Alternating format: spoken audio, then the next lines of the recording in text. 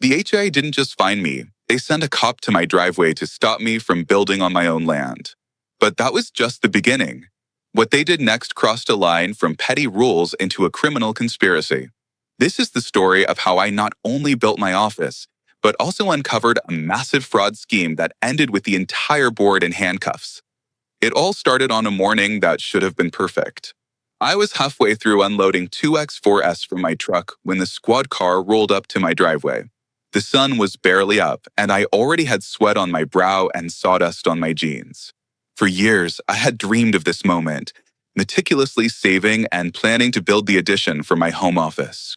I had navigated the labyrinth of city bureaucracy, secured every permit, and had every blueprint approved. Everything was legal. Everything was ready. The scent of fresh-cut pine filled the air, a smell I associated with progress and creation. This wasn't just an addition. It was the culmination of a long-held ambition, a dedicated space for my work, built with my own hands on my own property. I felt a deep sense of satisfaction as I stacked the lumber, each board a step closer to the finish line. That feeling, however, was about to be shattered. The serene morning was broken by the familiar, unwelcome sight of a police cruiser, its presence a stark and jarring intrusion into my quiet residential street. I knew, with a sinking feeling in my gut, that this was no random patrol. This was a targeted strike, and the HOA was the one who had called it in. The patrol car door creaked open and out stepped Officer Daniels, looking more confused than concerned before his boots even hit the pavement. "Morning," he said, his voice laced with a hint of reluctance as he adjusted his belt. "Got a call about some unauthorized construction here." Before he even finished the sentence, I knew exactly who had dialed 911. My suspicions were confirmed as a figure emerged from behind a meticulously manicured hedge, like a crow circling a carcass. It was Jolene Granger, our HOA board secretary and the self-appointed guardian of suburban mediocrity. She stormed toward us, a sun hat perched on her head and a clipboard clutched in her hand, as if she were leading a federal investigation into bricks and nails. Her entire demeanor screamed self-importance, a petty tyrant in her natural habitat. "That's him, officer," she barked, pointing at me with her pen. Her voice was sharp, accusatory, and loud enough for the entire street to hear. "He's building a structure without HOA approval. It violates Article 7, Section 4 of the Community Standards." I took a slow breath, trying to keep my temper in check. I wiped my sawdust-covered hands on my jeans and turned to the officer, ignoring Jolene for the moment. "She's been harassing me all week about this," I explained calmly. "But I've already cleared everything with the city. Building permits are approved. The inspection is scheduled. I can show you the deed right now if you'd like." Officer Daniels looked from my earnest face to Jolene's furious one, a man clearly caught in the middle of a neighborhood skirmish he wanted no part of. He gave a slight, weary nod. Jolene scoffed, stepping forward. "Officer, you don't need to see his deed.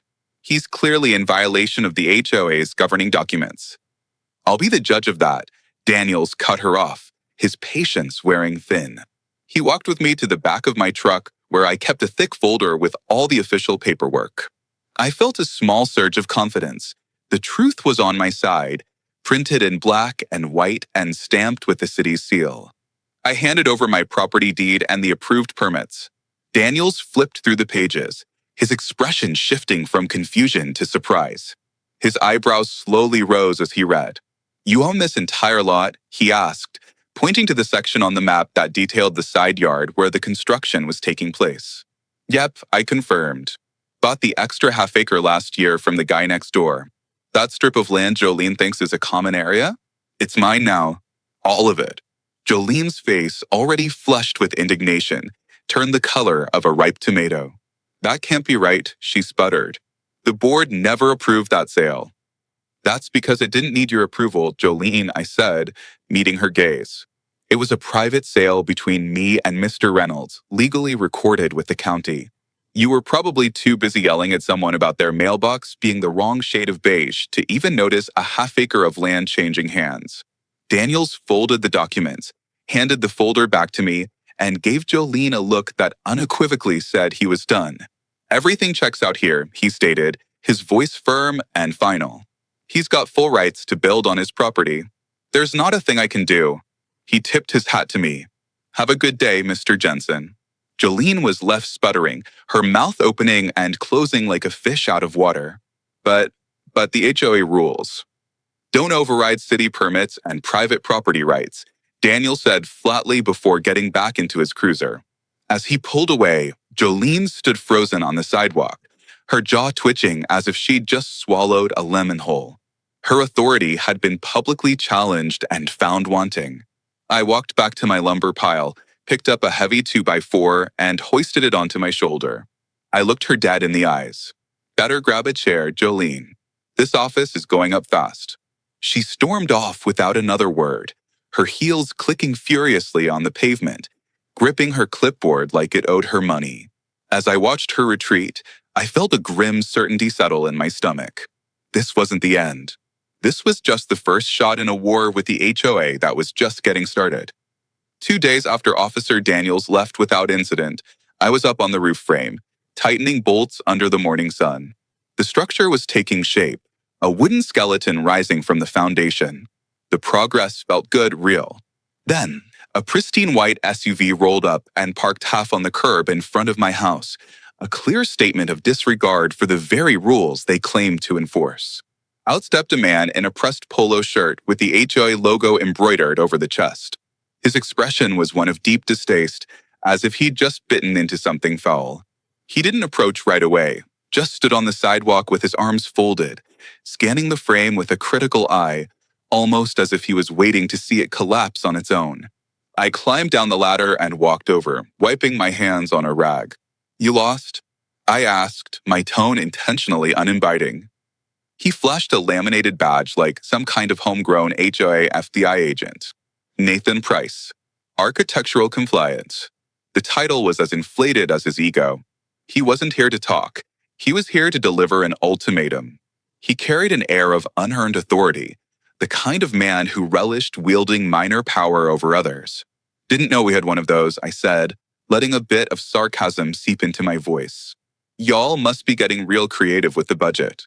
He ignored the jibe, his face a mask of bureaucratic indifference. We received a new complaint about your build. The board has issued a cease and desist order pending a review. I blinked, genuinely stunned by the audacity. You're issuing orders now? He handed me a neatly printed letter with the HA's letterhead at the top. It was filled with pseudo-legal jargon, clearly designed to intimidate. Per Community Bylaw 7.2, he recited from memory, all new construction must be approved by the board. You failed to submit architectural renderings for review. I glanced over the paper, then handed it back to him. This isn't enforceable. The structure's already been approved by the city, and that lot you're so worked up about is entirely mine. The HOA doesn't have jurisdiction here. You're mistaken, Price said, holding the paper out again as if it were the Magna Carta. His confidence was unwavering, and it was starting to unnerve me. The board voted last month to amend the boundaries of the common area. Your side lot is now designated for community gardening. I stared at him, trying to process what he'd just said. It was so ludicrous, so utterly beyond the pale, that I thought it had to be a joke. You're kidding me. It passed with unanimous board approval, he added, his expression dead serious. I took a slow, deliberate step forward, my voice dropping. So, you're telling me, I said slowly, that the HOA voted to redraw property lines and claim land that's legally mine, without notifying me? After the sale was already recorded with the county. It was a special session. Emergency designation, he said, his face a perfect mask of nonchalance. That was it. The sheer arrogance, blatant illegality of it, sent a surge of hot anger through me. That's called land theft, Price. His lips twitched, the first crack in his composure, but he didn't move. If you continue construction, we'll fine you $500 per day. We're also pursuing a lien on your property. I let out a short, incredulous laugh. You're going to place a lien on land you don't own, for a structure that's fully permitted, after illegally trying to annex my property? Good luck with that in court. He tucked the paper back into his folder, his mission apparently complete. You'll be hearing from our attorney. I nodded, my anger solidifying into resolve. Good, because you'll be hearing from mine first. He turned and walked back to his SUV without another word, not even a backward glance. He got in, started the engine, and drove off like he had somewhere more important to be than explaining his organization's attempted land grab. I stood there for a long moment, the ridiculous cease and desist letter still seeming to burn in my mind's eye. This was no longer about a simple building project. It was about drawing a line in the sand. I didn't waste a second. That night, I built a bulletproof case, county maps, my deed, the purchase contract, and their own cease and desist letter. I printed every page of the county parcel maps that clearly showed my property boundaries, highlighting the side lot in bright yellow.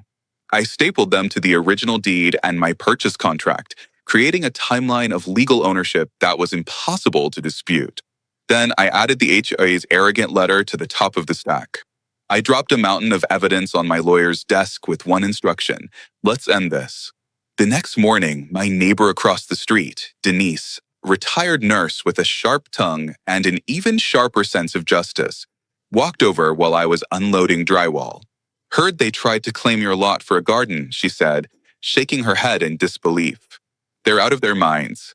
Apparently, it's an emergency, I said, a wry smile on my face. She snorted. The only emergency is them realizing they can't control you. She handed me a sealed envelope. This came to my house by mistake. It's from the HOA. I opened it.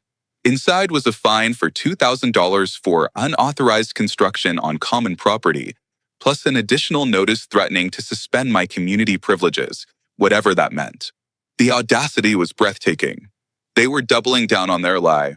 Denise watched me read it, her eyes flashing with anger on my behalf. They're trying to make an example of you. Then they picked the wrong house, I said, folding the letter and putting it in my pocket.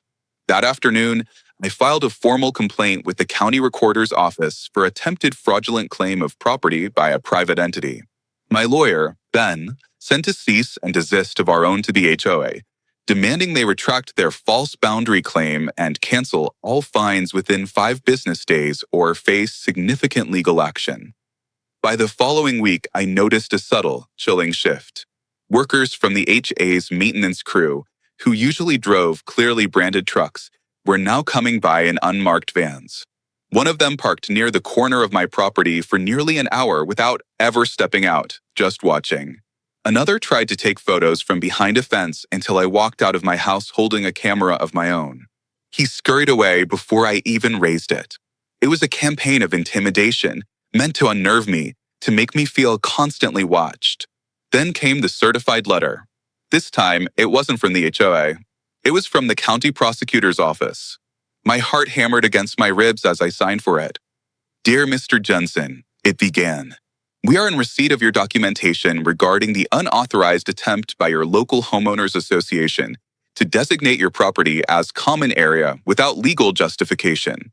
This office has opened a preliminary investigation into potential violations of property law and misuse of organizational authority. I sat back in my chair, paper trembling slightly in my hand. I read the words again and then a third time. The tension I'd been carrying in my shoulders for weeks finally began to lift, replaced by a wave of profound relief. I thought that would be the end of it. I was wrong. It was just the first crack in the dam. 2 days later, an investigator visited my property. Not a uniformed officer this time, but a sharp, no-nonsense woman from the county's real estate fraud division. Her name was Alina Mendez, and she came prepared with notebooks, a camera, printed maps, and a copy of the HA's cease and desist letter, which she laid on my table like it was radioactive. I've seen a few shady boards in my time, she said, flipping through her pages, her expression grim. But redrawing property lines by an internal vote? That's a new one. They figured if they made it sound official enough, most people wouldn't have the resources or the will to fight it, I said. I just happened to have receipts. She nodded, a small, appreciative smile on her face. They filed 3 anonymous complaints about you with our office in the past month. Let me guess. Jolene Granger. She didn't answer directly, just smiled and jotted something in her notes. We'll need to interview the board members. If they knowingly submitted false documentation to the county or attempted to enforce a fraudulent claim based on that documentation, that's a criminal matter. The next HOA meeting was scheduled for Saturday morning in the clubhouse. I hadn't planned on attending, I hadn't in years, but now I marked it on my calendar with a thick red pen. This was a showdown I wouldn't miss. Saturday came, and I walked into the clubhouse with my folder of evidence under my arm and Denise at my side for moral support. Word of the investigation had spread like wildfire, and the crowd was larger than I'd ever seen. People from every corner of the neighborhood were packed in, whispering to each other, their eyes all shifting toward the front where Jolene, Price, and two other board members sat stiffly at the head table. They looked less like community leaders and more like defendants at a hearing. Jolene tried to start with the agenda, her voice trembling slightly, but I raised my hand. This board attempted to reclassify private property as common land without notifying the owner or the county, I said, my voice ringing out loud and clear enough for the back rows to hear. Then they issued fraudulent fines, sent threats, and tried to place a lien based on that false claim. Murmurs rippled through the room, growing louder. Price leaned forward into his microphone. That's not the full story. Then, my lawyer, who had been standing quietly in the back row, now stepped forward. Actually, it is. He walked to the front, pulled out a certified copy of the deed, and laid it on the table directly in front of Jolene. This is the county-registered deed confirming Mr. Jensen's ownership of the lot in question. He then slapped down the HOA's cease and desist letter. This is a fabricated document attempting to override that legal deed. Finally, he produced the letter from the prosecutor's office. And this is a notice of an active criminal investigation into the board's conduct. Gasps echoed around the room. Jolene's voice broke as she tried to speak. This is all a misunderstanding. You forged a boundary map. A new voice cut through the noise. Alina Mendez stepped forward from the back of the room. You submitted it to the county with no legal basis. That's not a misunderstanding. That's fraud. Two of the board members visibly recoiled, standing up and backing away from the table as if it were contaminated. Jolene sat frozen, her face ashen. Price looked like he was chewing gravel. Alina turned to the stunned crowd. If any resident has received enforcement letters or fines based on this fabricated boundary, we recommend you contact our office immediately. I looked around and saw heads nodding, people pulling out their phones, some already snapping photos of the documents on the table. The dam of silence had broken. The meeting adjourned without another word from the board. They didn't even try to finish the agenda. Outside, neighbors I barely knew came up to shake my hand. A few gave me pats on the back. Denise just grinned from ear to ear and said, "Told you they messed with the wrong guy." It wasn't over. Not yet. But the tide had finally, decisively turned. And for the first time in years, people weren't scared of the HOA anymore. They were watching it, and they were ready to speak up. 3 days after the disastrous meeting that fell apart in front of half the neighborhood, I got a call from the county investigator's office. Alina didn't bother with pleasantries. "We pulled the HA's submitted maps," she said, her voice tight with professional anger. They backed their fake claim with a forged signature from a city planning official who retired 2 years ago. I leaned against my kitchen counter, the morning coffee suddenly forgotten. The scale of their deception was staggering. You're sure it wasn't just an old form, a mistake? They used a planning form that hasn't existed since before the official retired. The formatting alone gives it away. Whoever did this wasn't just bending the truth. She paused for emphasis. They committed a felony. A cold clarity washed over me. This wasn't a bureaucratic squabble anymore. They had committed a felony. My frustration hardened into something else, a cold, determined resolve to see this through to the very end, no matter where it led. "So, what now?" I asked. "There's going to be a criminal referral. You'll be contacted by the district attorney's office for a formal statement." That night, I installed 2 more motion-activated cameras on my property, one facing the back fence line, the other angled toward the street. I wasn't taking any chances. I didn't know how desperate the board would get when they realized that actual jail time might be on the table. The next morning, a white sedan with government plates pulled up. A tall man in a charcoal suit stepped out and knocked on my door. I opened it with the folder of documents already in hand. Mr. Jensen, I'm Assistant DA Mark Holloway. Mind if I come in? I led him to the dining table where everything was laid out in chronological order. He didn't need long to get up to speed. We've already issued subpoenas for the board's communications, emails, internal memos, anything related to the lot reclassification, he explained. If they coordinated this knowingly, they're looking at conspiracy, forgery, and attempted fraud. They tried to bury me in fines, I said, the anger still simmering. Then they tried to steal my land. What happens to people like that? He looked straight at me, his gaze unflinching.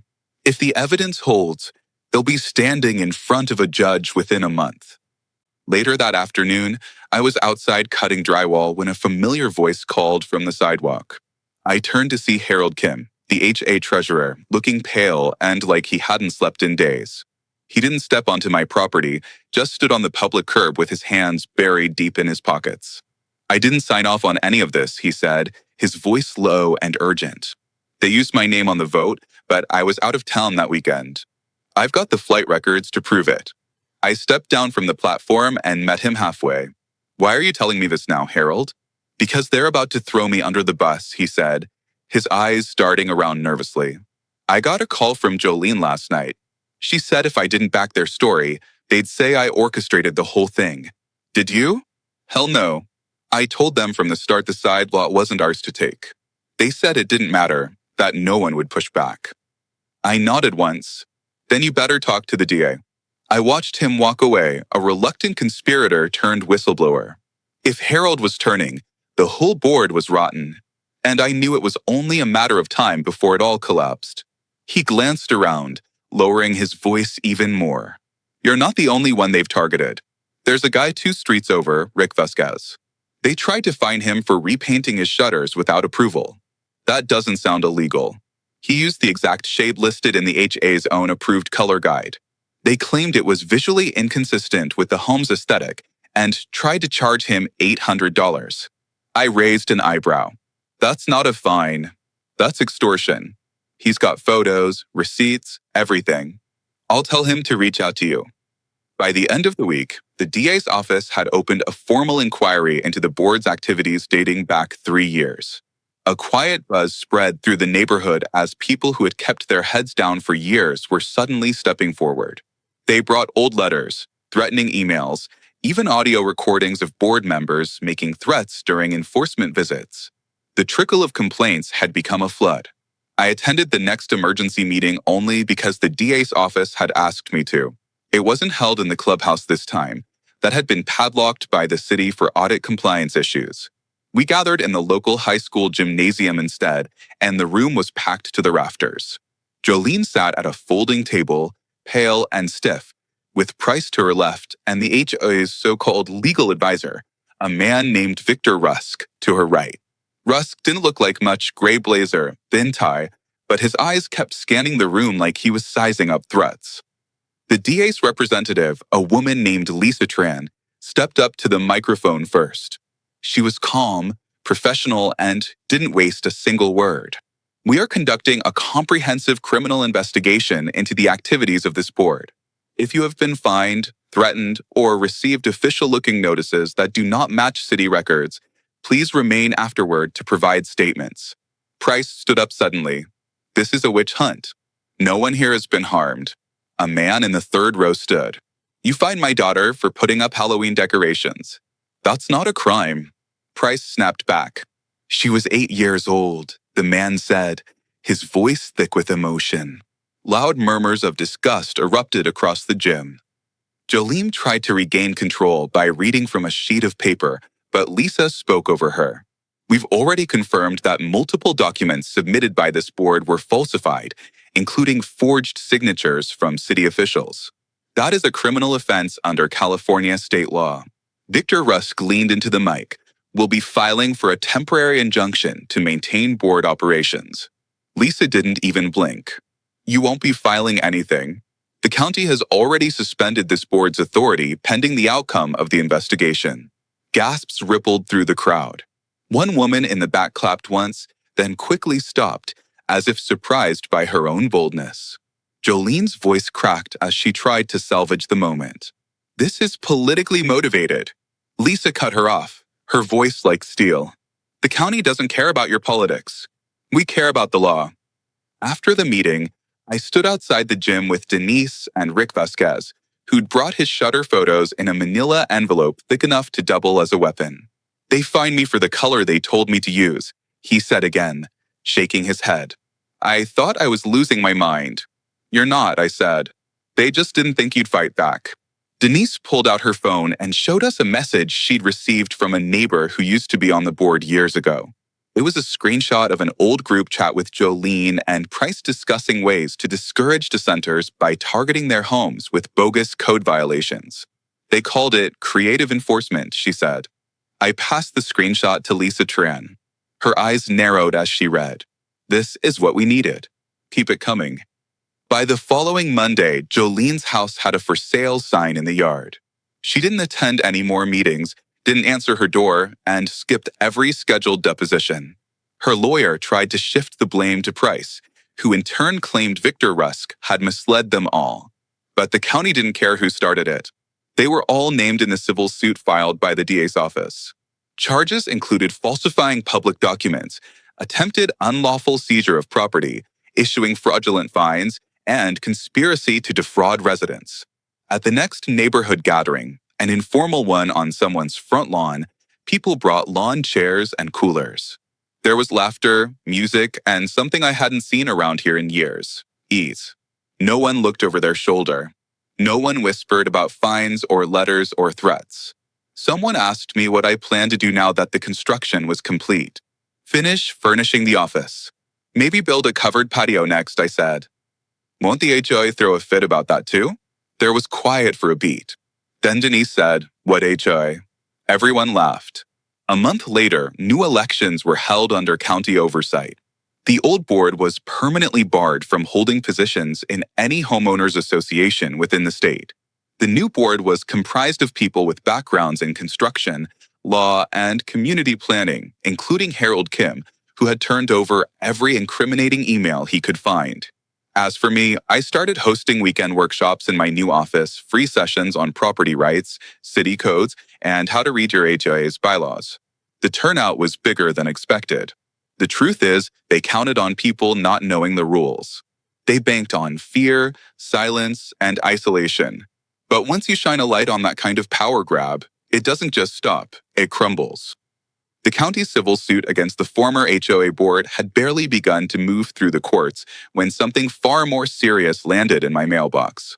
A thick envelope from the county DA's office, marked confidential, sat on my kitchen counter like a brick.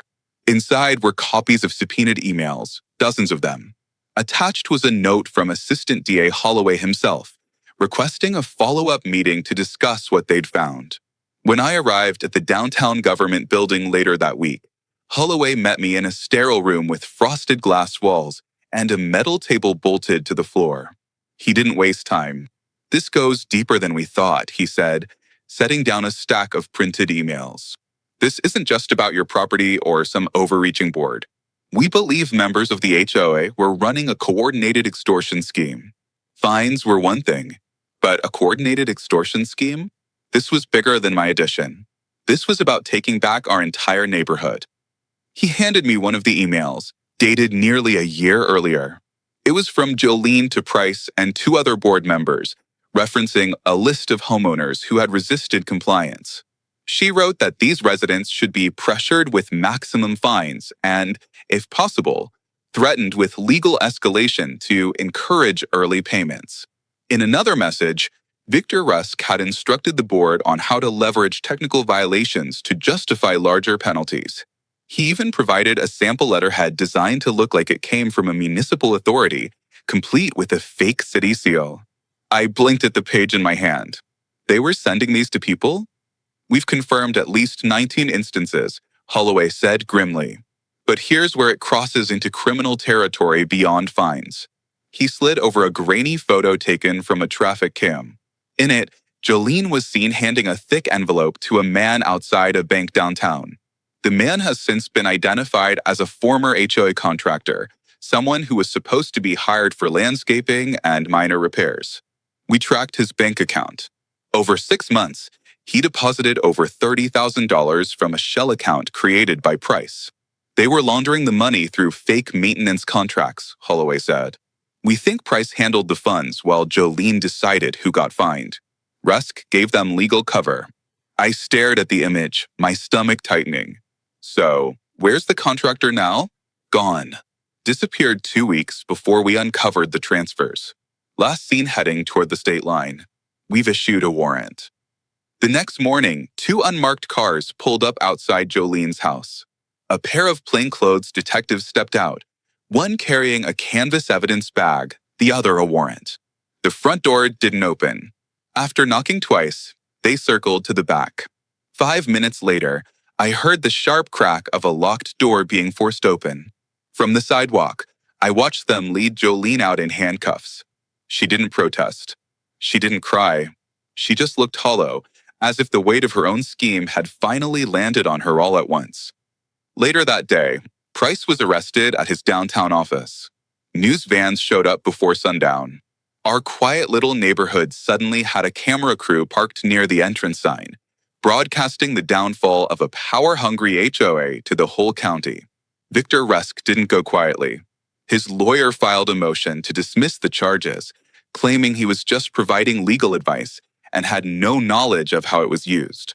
But the DA's office had a signed memo from him detailing how to maximize HOA leverage through perception of municipal authority. That memo made it to the 6 o'clock news. With the criminal case now public, neighbors who'd once kept their heads down were finally speaking up. A woman named Karina, who lived 3 streets over, told a local reporter how she'd been threatened with foreclosure after refusing to pay a $5,000 fine for trimming a tree without approval. She nearly sold her house to escape the pressure. Another neighbor, a retired military veteran, stepped forward with voice recordings of Price demanding a compliance donation in exchange for rescinding a violation. That tape was played on the evening broadcast, Price's voice unmistakable. The fallout was swift and brutal. The county filed a separate racketeering case against the HOA as an entity, freezing its accounts and placing all assets under court control. The clubhouse, once the seat of their petty power, was shuttered. The HOA's property management partner terminated their contract and issued a public statement condemning the former board's criminal actions. Within a week, the DA offered plea deals to 3 lower-level board members who had voted in favor of the land grab but hadn't participated in the financial scheme. In exchange for full cooperation and testimony, they'd avoid charges. I saw one of them, Linda, a soft-spoken woman who used to walk her dog past my house every morning at the grocery store. She looked like she'd aged a decade in 2 weeks. I didn't know about the money, she said quietly, her eyes darting around to make sure no one was listening. I just thought we were making things more organized. I didn't answer. I wasn't interested in comforting anyone who nodded along while my land was being stolen. By the end of the month, the county confirmed formal indictments against Jolene, Price, and Rusk. The charges included conspiracy, wire fraud, forgery, extortion, and financial abuse of seniors, since several victims were over 60. The trial date was set for late spring. Meanwhile, the new community board, a temporary group appointed by the county, began working on a new charter. They invited residents to submit ideas, and for the first time, people actually showed up to participate. I was asked to join the oversight committee. I accepted on one condition. Every future enforcement action would require documented approval from 3 separate people, none of whom could profit in any way. The clause passed unanimously. The HA's name was officially changed. The new charter stripped fines of any financial leverage, turning them into community service suggestions instead. Instead of threatening people, the board was now organizing neighborhood cleanups, mural projects, and monthly town halls with open Q&A sessions. The power dynamic had flipped entirely. As for my office, it was finished, fully furnished. I mounted the original permit and deed on the wall in a shadow box, right next to a framed copy of the county's official boundary map, highlighted in red where they tried and failed to steal it. A few weeks later, I saw Officer Daniels, the same one who came that first morning at the hardware store. He was picking up paint for his garage. You made the news, he said, nodding toward me as he tossed a gallon into his cart. Yeah, I said, chuckling. Wasn't planning on it. He raised an eyebrow. Not many people stand up to an HOA and win, let alone get their leaders indicted. I just didn't like being lied to on my own land. He clapped a hand on my shoulder. You ever think about running for city council? I waved him off. I've had enough politics for one lifetime. As I walked back to my truck, I spotted Denise across the parking lot. She was talking with Rick Vasquez and a few other residents, laughing about something. No clipboards, no threats, just neighbors finally acting like neighbors. The HOA hadn't just been dismantled. It had been defanged, exposed, and replaced with something better. The cameras were gone. The fines were gone. The fear was gone. And my office? The one they tried to stop with cops, lies, and felonies? It's more than just a room now. It's a monument to the fact that when you stand up to a bully with the truth on your side, you will win. And our neighborhood? It's finally a home again.